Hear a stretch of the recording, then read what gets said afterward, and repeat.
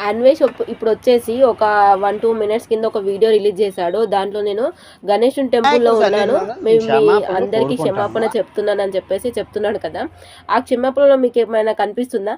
అతను only viewers పడిపోతున్నాయి, నా సబ్స్క్రైబర్ పడిపోతున్నారనే ఇంటెన్షన్‌తో చెప్తున్నాడు తప్ప, ఆయనకు రియల్‌గా క్షమాపణ చెప్పే ఉద్దేశ్యం లేదక్కడ.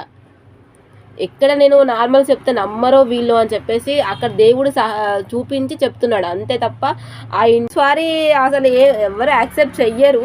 కాకపోతే నువ్వు క్షమాపణ చెప్తున్నానని చెప్పేసి వీడియో రిలీజ్ చేసావు కదా దేవుని సాక్షిగా అని చెప్పేసి, అది ఎవరు తీసుకోరు. ఎందుకంటే శివాజీ గారు సారీ చెప్పింది దేనికి? ఒక నార్మల్ పదం వాడినందుకు అది మిస్టేక్ అయిందని చెప్పేసి తన వైఫ్ను తనకు చూసుకొని గల్టీగా ఫీల్ అయిందని చెప్పేసి క్షమాపణ చెప్పుకున్నాడు. కానీ నువ్వేం చేసావు? నువ్వు చెప్పిన మాటలకి అసలు క్షమాపణ అనేదే లేదు. ఎందుకంటే నువ్వు నార్మల్ వాళ్ళని అనలేదు కదా, దేవదేవతలను అన్నావు నువ్వు. అప్పుడు నీకు క్షమాపణ ఎలా రిసీవ్ చేసుకుంటారు? నీకు క్షమాపణ లేదు. అన్వేషణని క్షమించాలా వద్దో మీరే చెప్పండి, డిసైడ్ చేయండి మీ మెసేజ్ రూపంలో.